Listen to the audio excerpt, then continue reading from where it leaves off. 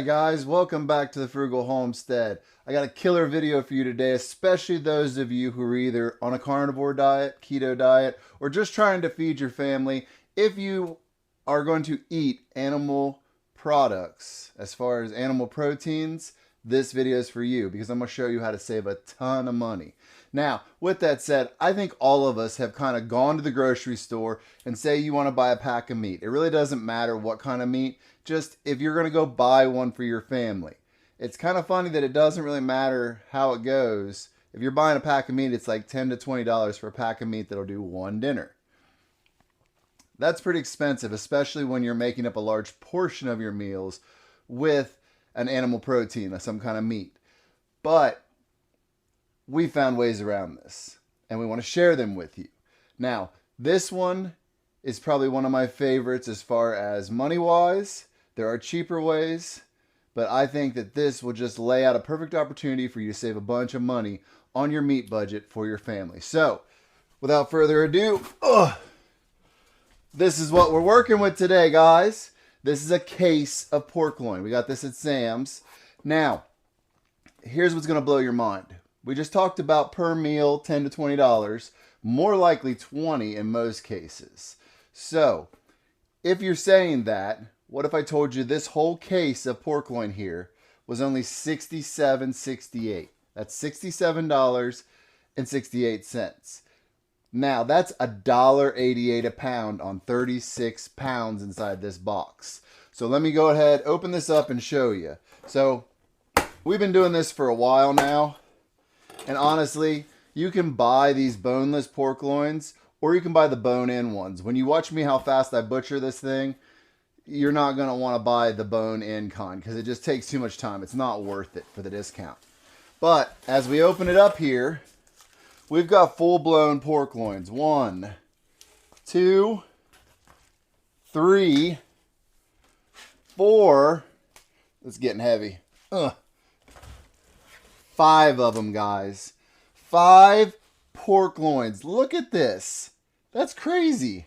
So, what we do is we put these in our freezer. They're perfect size. If you want to put them in your standard freezer, they'll still fit. Just stack them up.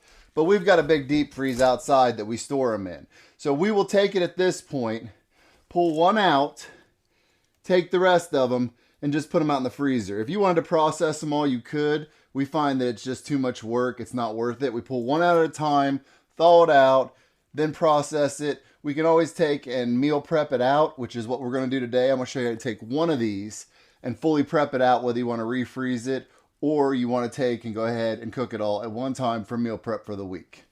Now, we will go ahead and get rid of these because they got to go out to the freezer. All right. Now, we got our pork loin here. Now, the one thing I want to say about this is you've got a fat side and non-fat side. Now, I'm not a butcher, but I'm going to show you how to turn this into multiple things. You could make it all into one. You could make it into 2 or 3 of these. This just gives you an idea of what you can do. Now, when we're doing this, I like to have a knife that's got a belly drag on it, which is that, just to get the plastic out because I end up not getting into the meat as bad. So you just do that. And yes, I do butcher a lot of times with just our, buck knives, hunting knives. But I also have other ones. It really doesn't matter. I don't mess with serrated knives too much. These simple hand sharpeners are amazing. The moment I cut the meat open, Apollo jumps out of the chair and starts acting a fool.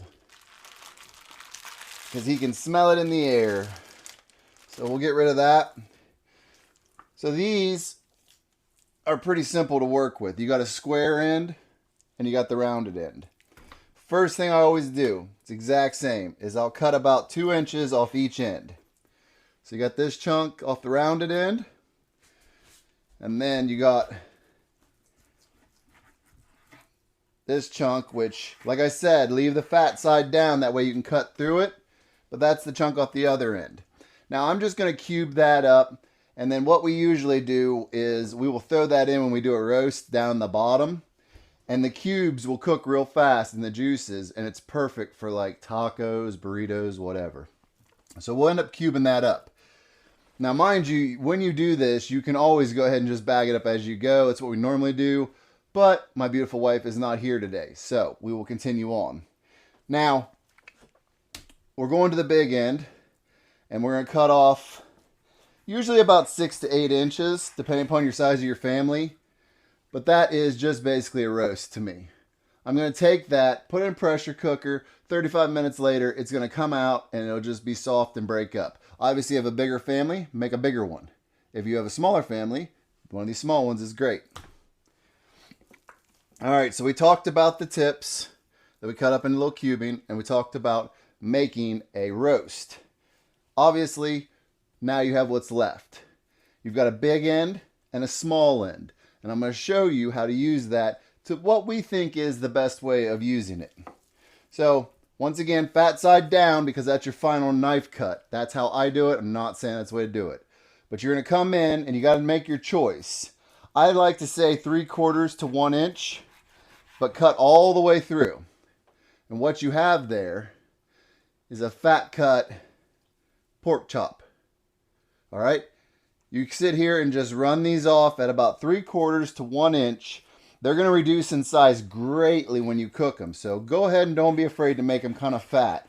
Anything over about 1.5 inches though, and you start to have the outside get done too fast and the inside won't cook all the way. Now it depends on how you cook it, but I just want to tell you, I think that 3/4 to 1 inch is about the best you can get. Now I'm going to keep cutting a few more of these just to give you an idea.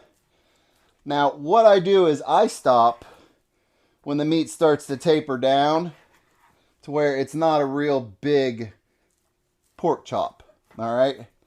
So, my dog is climbing up the couch where there's a cord for the light. So, let's hope this works out right, because I may be getting hit in the head with a light here in a minute. But I think that's about going to be where I want it to go. Because as you can see, they're starting to get a little bit smaller. But have no fear, because we're about to make pork chop pork steaks, butterfly edition. So, same concept as what we just did. We're going to come in about 3/4 to 1 inch, make a cut. Once again, leave the fat side down. This will help. But our cut, you stop 3/4, probably 3/4 of the way through, maybe a little more. You don't want to cut all the way through. If you do, you're making pork chops. It's okay. Try again. But then you're going to make a second cut, 3/4 to 1 inch in, and go all the way through. Very important. Go all the way through in one cut. Then what you have is this. You open it up, and it's a butterfly pork steak. Essentially, it's two connected with just a little bit of meat and that fat trail right there. Now, what else you can do with this is you can put stuff in this and make loaded pork chops. Tell me that doesn't look good. Take that, start cooking them flat, and then flip them closed with some cheese and some maybe broccoli inside. Flip them closed. Or if you want to bread them up, you can bread them up, bake them with your choice of toppings inside. Be delicious. But as a flat out pork steak, pan fried, that's hard to beat right there, guys. So we'll stack that up. But what it does is it makes a pork chop that's getting kind of small and doubles it in size. So you're getting the maximum value out of this. So I'm going to go ahead and process this thing the rest of the way with the butterfly steaks here. Just because those are one of our favorites. And a lot of people will be like, I don't understand why you're meal prepping so much meat. Well, about 70% of our diet is meat.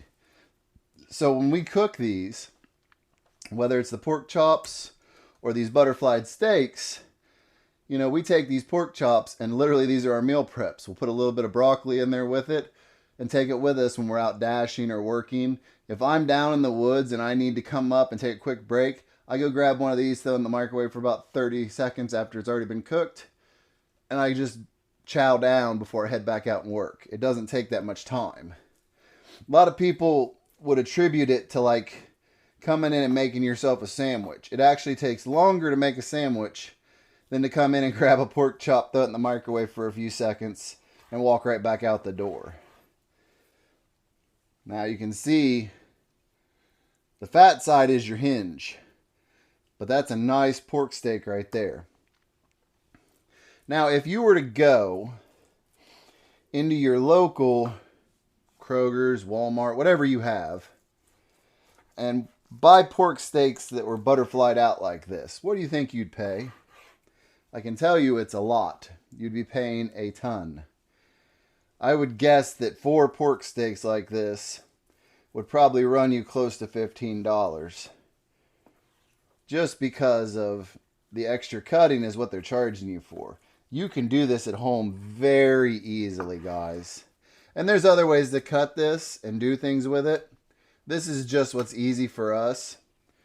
I have found that these butterfly steaks are a perfect addition to any meal. And really, I mean, that's the end of it there. That is not going to be a very good pork chop, you know what I mean? But if you throw that little bit that's left in your cubes, you've got a whole pile of pork steaks. You got a whole pile of pork chops. You have a nice fat-capped roast, which will drop down with the fat up in your pressure cooker or slow cooker, and then all this will melt down over it. And you have 3 nice chunks, which we will cube up to turn into like taco meat, burrito, whatever. You could actually fry it up and then throw it inside like an omelet. That'd be really good. But look at this. This is one, just one of the 5 we got. How many meals is that going to make, guys? For $67. I mean, it's hard to beat, honestly. Now, these boxes do come in different weights. So I would suggest walking in and saying, all right, I'm going to spend $100 in pork. That way, whatever you get, you're not going to be, you know, this is a 36-pound box. You may go in there and end up getting equivalent that comes out to like $90 box. It's rare, but it can happen. So it's kind of more mindset.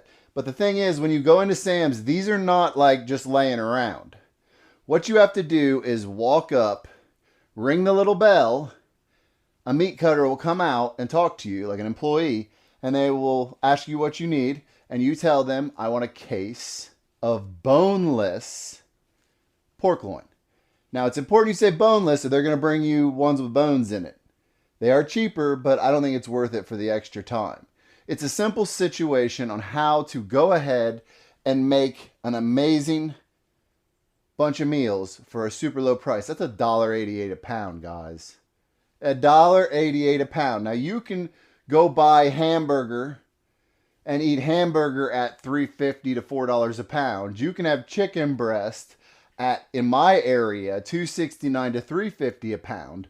Or you can have pork, all these configurations for $1.88 a pound. Even if you're mixing this in with your weekly meals, you're going to save a ton of money. A ton of money. This is half as much as hamburger, and you're eating pork steaks, pork chops. Come on, guys. There's no beating this cost-wise.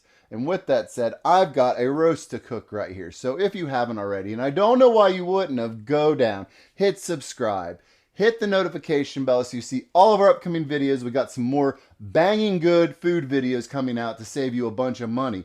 And on top of that, let's hear in the comments, do you buy meat in bulk like this? I'll be honest, we bought a cow this year. We were very displeased with the cost. We are finding that buying all these variations of meat with the mix kills buying from the butcher directly, destroys it.